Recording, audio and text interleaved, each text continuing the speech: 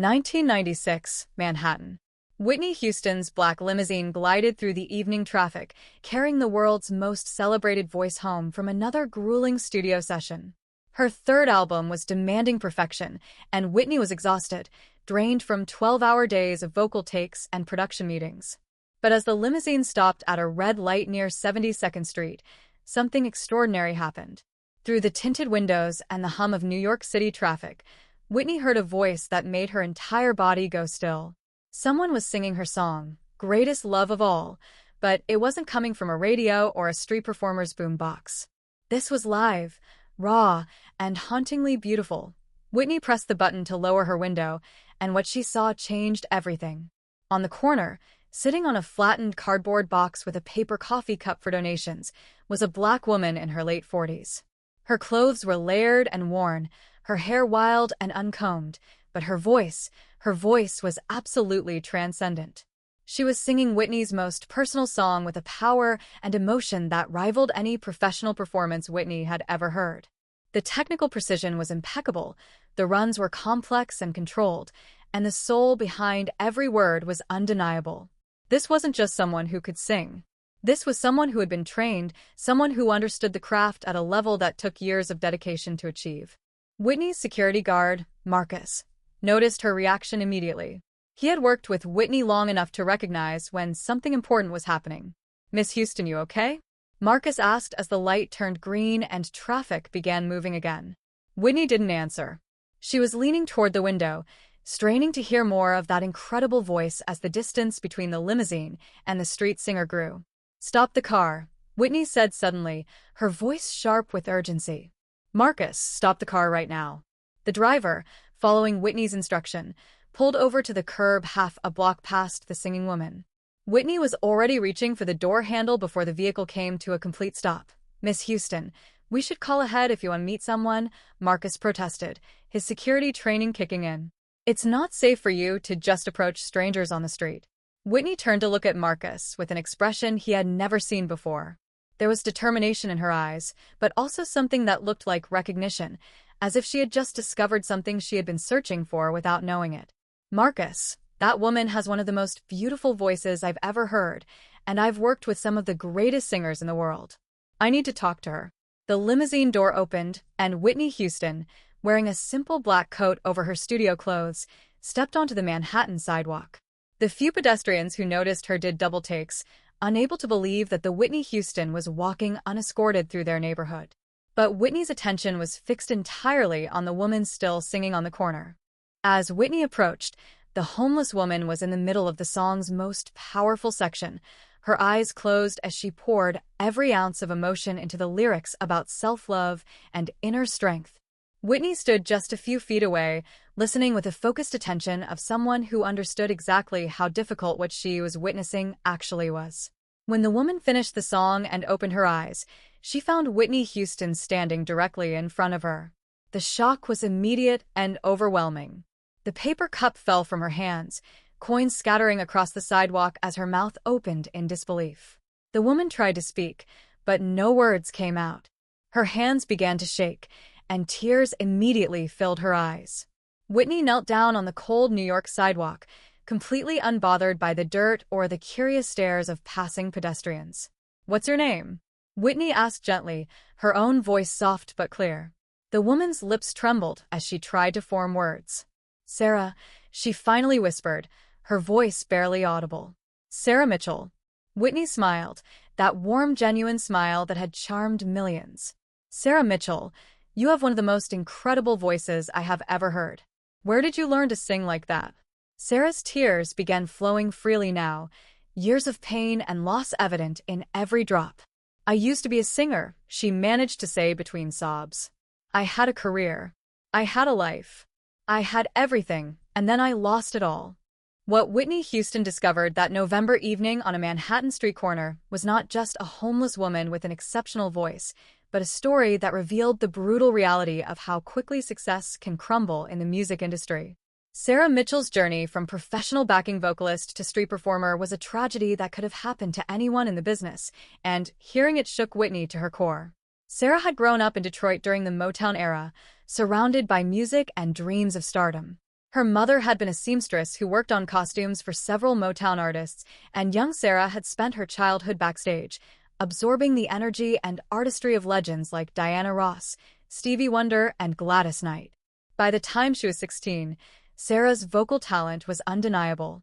She had the range, the power, and the technical skill that made producers take notice. In 1968, at just 18 years old, Sarah was hired as a backing vocalist for several Motown recording sessions. It wasn't a spotlight, but it was steady work doing what she loved. For the next 12 years, Sarah's voice appeared on dozens of hit records. She worked with Marvin Gaye, The Temptations, and even did session work for Aretha Franklin. She never became famous, but she was respected among her peers and made enough money to support herself comfortably. The music industry of the 70s and early 80s was different from what it would become. Studio musicians and backing vocalists could build real careers without ever becoming household names. Sarah had found her niche and was content with it. But in 1980, everything began to change.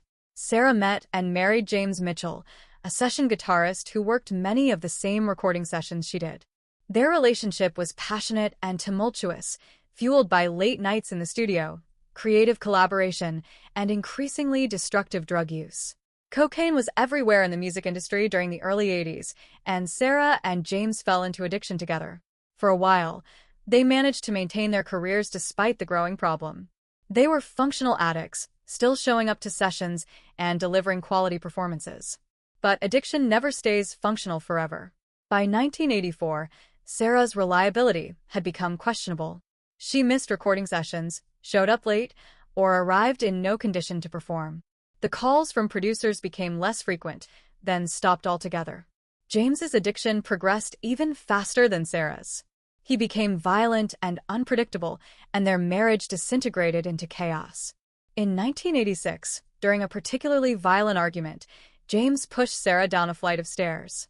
She survived, but suffered injuries that required surgery and months of recovery. During that recovery, isolated and in pain, Sarah's addiction spiraled completely out of control. By the time she was physically healed, her career was dead, her marriage was over, and her savings were gone. Sarah tried to rebuild. She attended Narcotics Anonymous meetings, got sober, and began reaching out to old contacts in the music industry. But the business had moved on without her. The session work she had once done regularly was now being given to younger singers, and her reputation as unreliable had spread throughout the tight-knit community of studio professionals. No one wanted to take a chance on someone who had burned so many bridges. "Miss Houston, we really need to go," Marcus said gently as the crowd of curious onlookers around them continued to grow. People were starting to recognize Whitney, and some had begun taking photographs. Whitney stood up, still holding Sarah's hand, and turned to Marcus with absolute certainty in her voice. "Sarah is coming with us." Marcus's professional training kicked in immediately. "Miss Houston, with all respect, we don't know anything about this woman's situation. We should connect her with social services or a shelter, but bringing her directly." Whitney interrupted him with a look that made it clear this wasn't a debate. "Marcus, I know what I'm doing. Sarah is coming home with me tonight, and tomorrow we're going to the studio." The drive back to Whitney's Manhattan penthouse was surreal for Sarah Mitchell. Just an hour earlier, she had been sitting on a street corner hoping to collect enough change for a hot meal. Now she was in Whitney Houston's limousine, wrapped in Whitney's coat because her own clothes were inadequate for the November cold. Whitney spent the drive asking Sarah about her musical background, her training, and her experience in the industry. The more they talked, the more convinced Whitney became that this meeting was meant to happen. Sarah wasn't just talented. She had skills and experience that could be incredibly valuable in the studio. At Whitney's penthouse, the first order of business was basic human dignity. Whitney's personal assistant, Monica, was instructed to prepare the guest room and find clothes that would fit Sarah. Whitney herself ran a bath, adding expensive oils and salts, and laid out clean towels and toiletries. Sarah, when she finally saw herself in the mirror after bathing and putting on clean clothes, broke down crying again.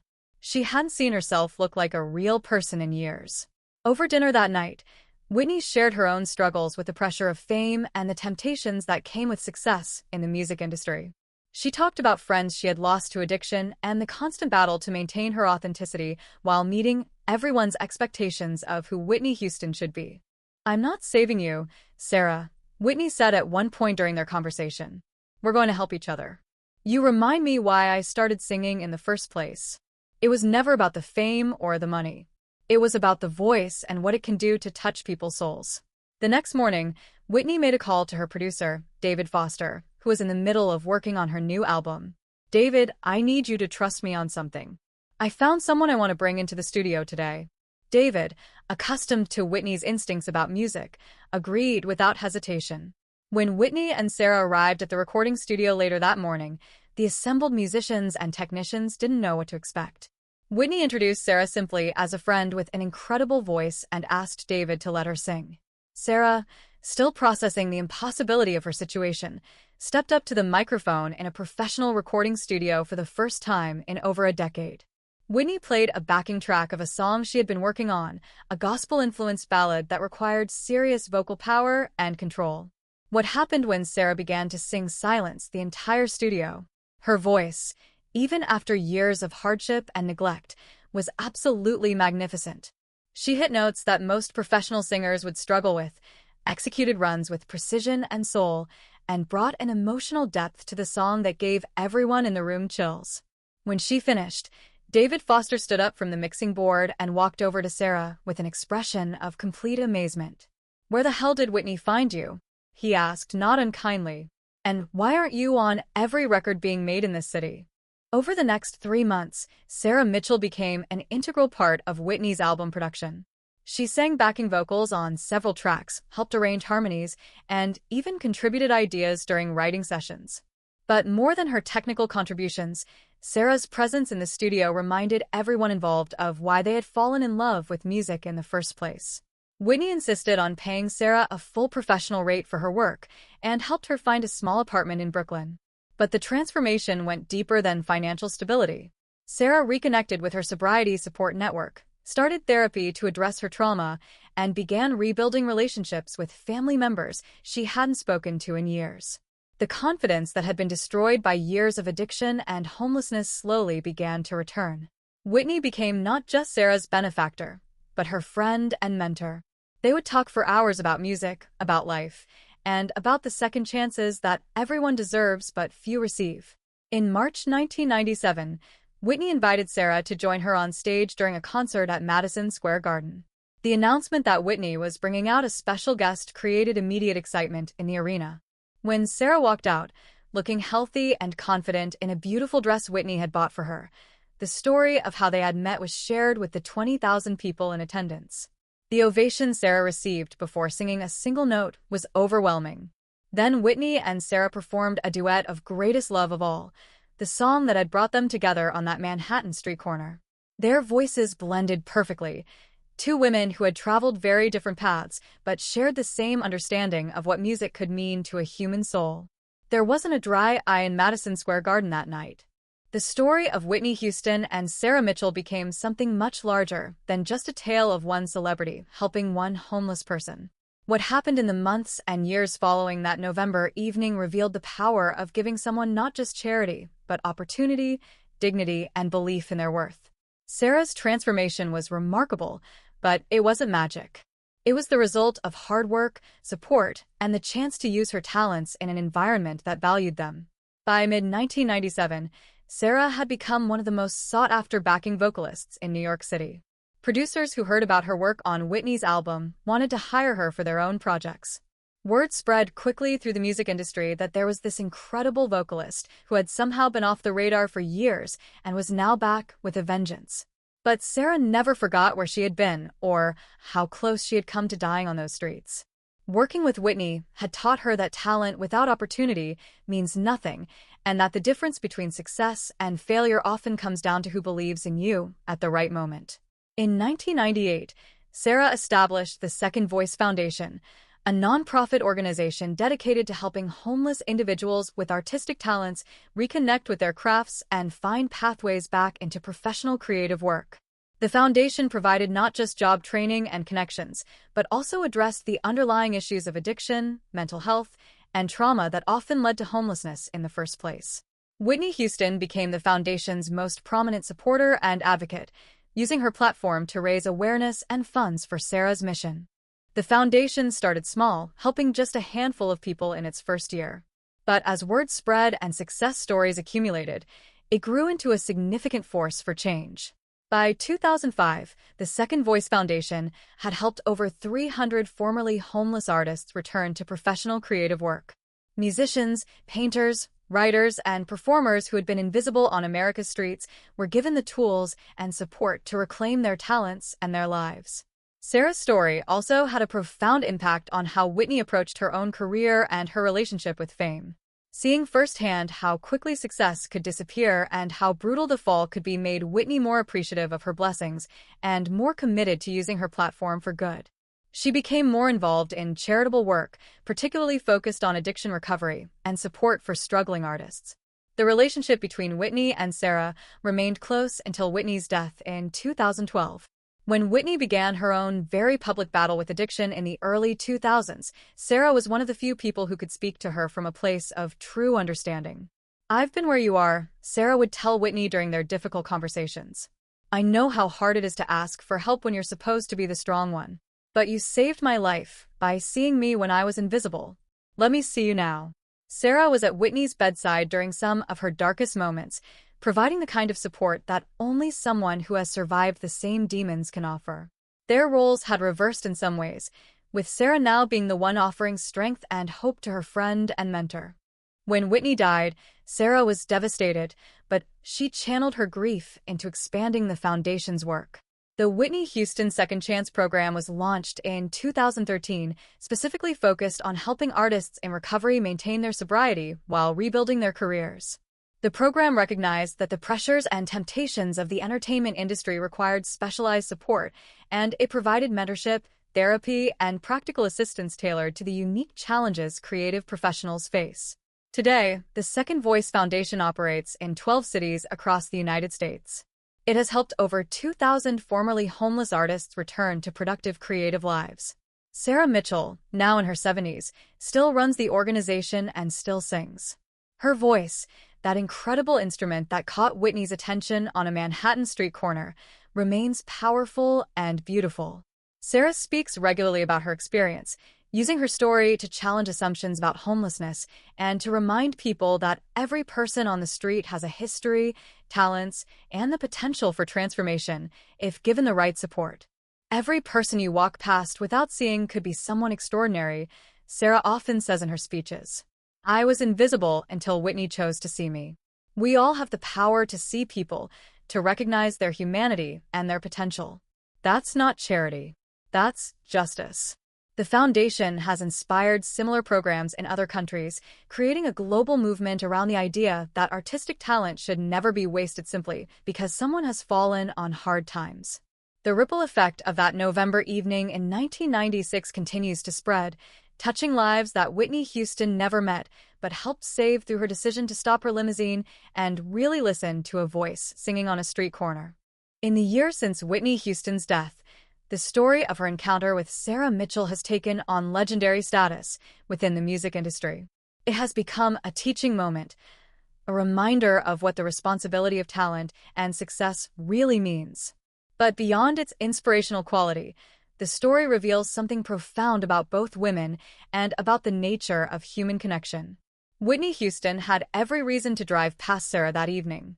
She was exhausted, she had her own pressures and problems, and stopping to help a homeless stranger involved risk, inconvenience, and complicated logistics. But Whitney had something that her fame and success hadn't corrupted: the ability to recognize real talent and the compassion to act on that recognition even when it wasn't convenient or expected. Whitney saw herself in Sarah in many ways. She understood that the music industry that had lifted her to unprecedented heights was the same industry that had crushed Sarah. The difference between their fates wasn't talent or dedication, but circumstances, timing, and support systems. That recognition created a sense of responsibility in Whitney to use her position to help someone who could have been her if luck had gone differently.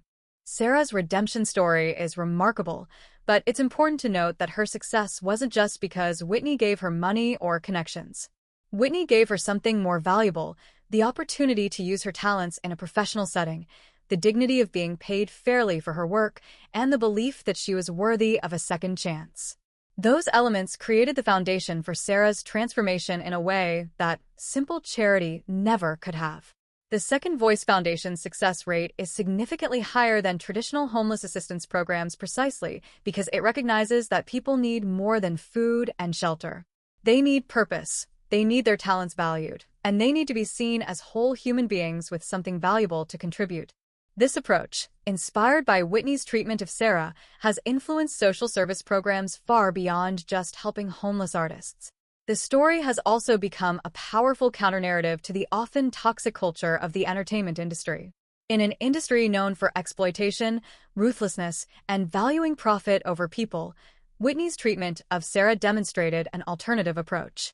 She didn't use Sarah's story for publicity, she didn't parade her around as a charity case, and she didn't take credit for Sarah's hard work in rebuilding her life. She simply opened doors and let Sarah's talent speak for itself. Music schools and arts programs now teach the story of Whitney and Sarah as an example of ethical behavior in the entertainment industry. It demonstrates how people with power and platform can use those advantages to create opportunities for others without diminishing or exploiting them. It's a model of mentorship that respects the dignity and agency of the person being helped. For the homeless community in New York and beyond, Sarah's story became a symbol of hope. Street performers across the country report that after Sarah's story became widely known, people started really listening to them, recognizing that talent and circumstance are not the same thing. The stereotype of the homeless person as someone without skills or value was challenged by the undeniable reality that Sarah Mitchell had been both homeless and extraordinarily talented. Several successful musicians who are performing on streets or in subways have credited Sarah's story with giving them hope during their own struggles. They would tell themselves that if Whitney Houston could stop her emissary to listen to Sarah, then maybe someone would stop and really hear them too. Some of those musicians are now signed to record labels and pursuing successful careers, and many of them credit both Sarah's example and the Second Voice Foundation's support as crucial to their success. Whitney's decision that November evening also revealed something important about the nature of talent and how we recognize it. Sarah had been singing on street corners for years, and thousands of people had walked past her without truly hearing what she was offering. It took someone with Whitney's musical sophistication and open heart to recognize the exceptional quality of Sarah's voice. This raises important questions about how much talent we miss simply because we don't create space to really see and hear people who exist outside traditional channels of opportunity. When Sarah speaks about Whitney, which she still does regularly, she always emphasizes that Whitney saved her life not through money or connections, but through seeing her humanity when she had become invisible. "I wasn't a homeless woman who could sing," Sarah explains. "I was a singer who happened to be homeless." Whitney understood the difference, and that understanding changed everything. The night before Whitney died, she called Sarah. They talked for over an hour about music, about their shared memories, and about the foundation's work. Whitney's last words to Sarah were characteristic of their entire relationship. "Keep using your voice, Sarah. It's too beautiful to ever be silent again." Sarah has kept that promise. At 73 years old, she still sings regularly, both in her work with the foundation and occasionally in recording sessions when producers specifically request her. That voice that caught Whitney's attention on a Manhattan street corner continues to bring beauty into the world, and through the foundation's work, it has helped create opportunities for thousands of others to do the same. The story of Whitney Houston and Sarah Mitchell reminds us that greatness isn't just about extraordinary talent or massive success. It's about recognizing talent in others, using your advantages to create opportunities, and understanding that the difference between someone's success and failure might be as simple as being truly seen and heard at the right moment. Every November, on the anniversary of the day Whitney stopped her emissary, the Second Voice Foundation hosts a concert in New York City. Formerly homeless artists perform alongside established professionals, and the line between who is saved and who is successful becomes beautifully blurred. Sarah always closes the concert with "Greatest Love of All," the song that changed her life. And in the audience, there are always people from the streets, current and former homeless individuals, listening to one of their own prove that invisibility is never permanent and that every voice deserves to be heard. This is the true legacy of that November evening in 1996, not just one woman's redemption, but a movement that continues to give voices back to those who thought they had lost them forever. Whitney Houston's greatest performance wasn't on any stage or any record. It was stopping her car, opening her door, and really listening to a voice that the world had stopped hearing.